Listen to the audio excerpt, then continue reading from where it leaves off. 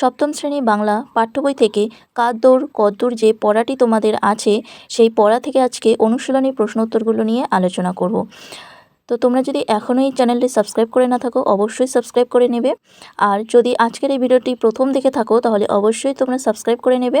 আর আগের কোনো ভিডিও যদি দেখে না থাকো তাহলে এই ভিডিওর ডেসক্রিপশন বক্সে তোমরা সপ্তম শ্রেণী বাংলার যে প্লেলিস্ট ভিডিও লিঙ্কটি আছে সেটা এখান থেকে তোমরা পেয়ে যাবে আর ভিডিওগুলি দেখে নেবে। তো আজকের এই অনুশীলনী প্রশ্নের 1 নম্বর প্রশ্নে কী আছে, ঠিক উত্তরটি বেছে নিয়ে লেখো। 1-এর 1 কোশ্চেন, উপনিষদে উক্ত চৈরবেতি শব্দের অর্থ যাত্রা থামাও, না এগিয়ে যাও, না দাঁড়িও না। উত্তরটি হবে এগিয়ে যাও।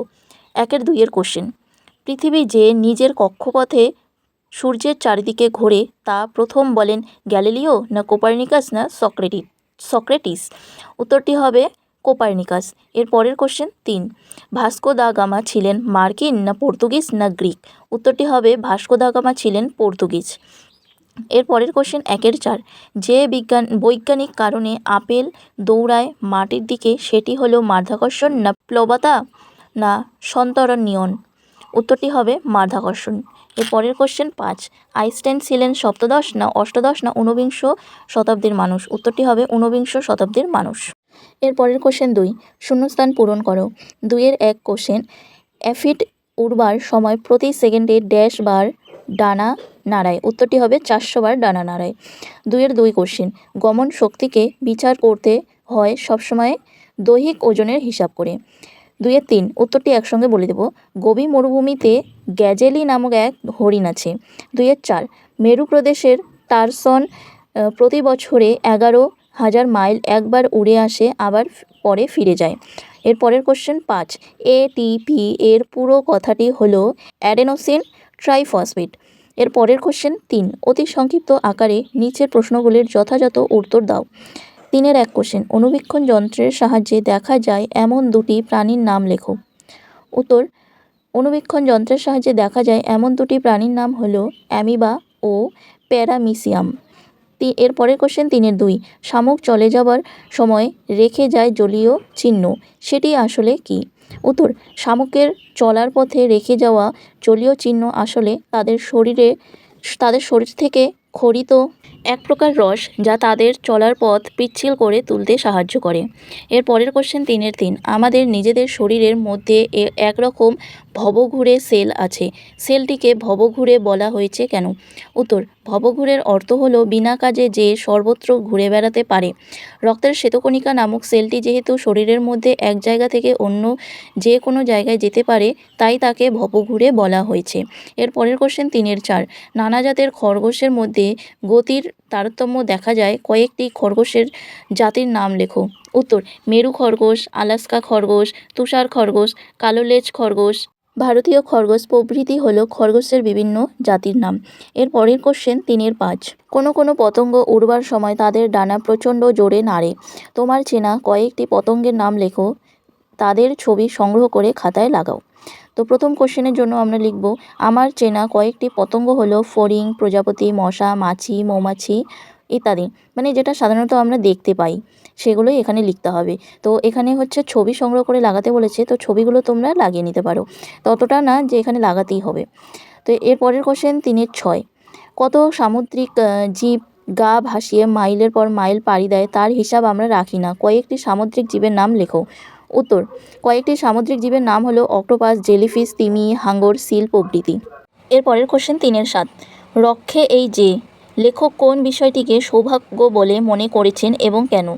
উত্তর, আবির্ভাবের পর থেকে অ্যামিবা আজও স্লথ গতিতে এগিয়ে চলেছে, কখনো তার চলা থামায়নি। এই বিষয়টিকে লেখক সৌভাগ্য বলে মনে করেছেন, কারণ চলাই জীবন থেমে যাওয়ার অর্থ মৃত্যু বা ধ্বংস।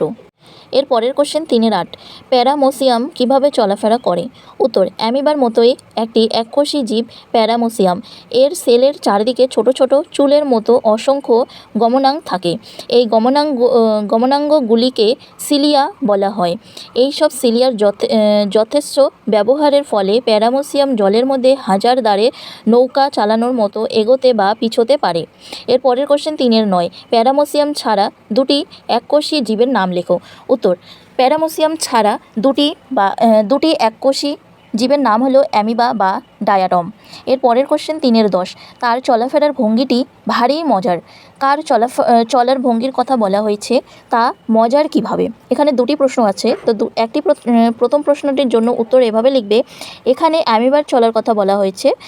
এর পরের কোশ্চেনটা একটু প্যারা করে লিখবে, অ্যামিবা নিজের দেহ বা সেল থেকে খানিকটা অংশকে ক্ষণিকের পা হিসেবে এগিয়ে দেয়, তারপর সেই দিকে সেলের মধ্যেকার প্রোটোপ্লাজমের বাকি অংশকে গড়িয়ে দেয়।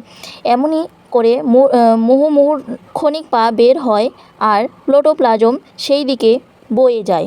এভাবেই অ্যামিবা অত্যন্ত ধীর গতিতে সামনের দিকে এগিয়ে যায়, যা বেশ মজার বলে মনে হয়। এর পরের কোশ্চেন 3-11, গমনে সক্ষম গাছ ও গমনে অক্ষম প্রাণীর নাম লেখো। উত্তর, গমনে সক্ষম একটি গাছ হলো ক্ল্যামাইডোমোনাস এবং গমনে অক্ষম প্রাণী হলো স্পঞ্জ আর প্রবাল। এর পরের কোশ্চেন 3-12, কয়েকটি হক জাতীয় পাখির নাম লেখো। উত্তর, কয়েকটি হক জাতীয় পাখির নাম হলো ঈগল, চিল, বাজ, পেঁচা প্রভৃতি।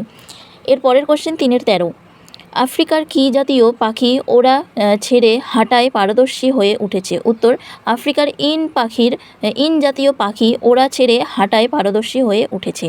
এর পরের কোশ্চেন 3-14, ক্রমবিকাশের পথ পরিক্রমায় ঘোড়ার আঙুলের কোন পরিবর্তন ঘটেছে? উত্তর, ক্রমবিকাশের পথ পরিক্রমায় ঘোড়ার আঙুলের বিশেষ পরিবর্তন ঘটেছে। ঘোড়ার পূর্বপুরুষদের খুর ছিল না, তারা হাতে পায়ে 5 আঙ্গুল বিশিষ্ট প্রাণী ছিল, কিন্তু ক্রমবিকাশের পথ পরিক্রমণায় আস্তে আস্তে অন্য আঙ্গুলগুলি অদৃশ্য হয়ে যায়, ফলে থেকে যায় শুধু মাঝের আঙুলটি, যাকে আমরা এখন খুর বলে জানি। তো আজকের এই ভিডিওর শেষ কোশ্চেন 3-15 নাম্বার, পাঠ্যাংশে রয়েছে এমন একটি নিশাচর প্রাণীর নাম লেখো। উত্তর, পাঠ্যাংশে উল্লেখিত একটি নিশাচর প্রাণী হলো শিয়াল। তো আজকের এই ভিডিওটি এই পর্যন্তই।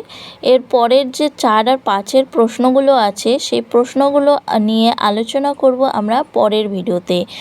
তো ততক্ষণে এই ভিডিওটি দেখতে থাকো। যদি তোমাদের এই ভিডিওটি ভালো লাগে তাহলে অবশ্যই লাইক করবে আর কমেন্ট করে জানাবে।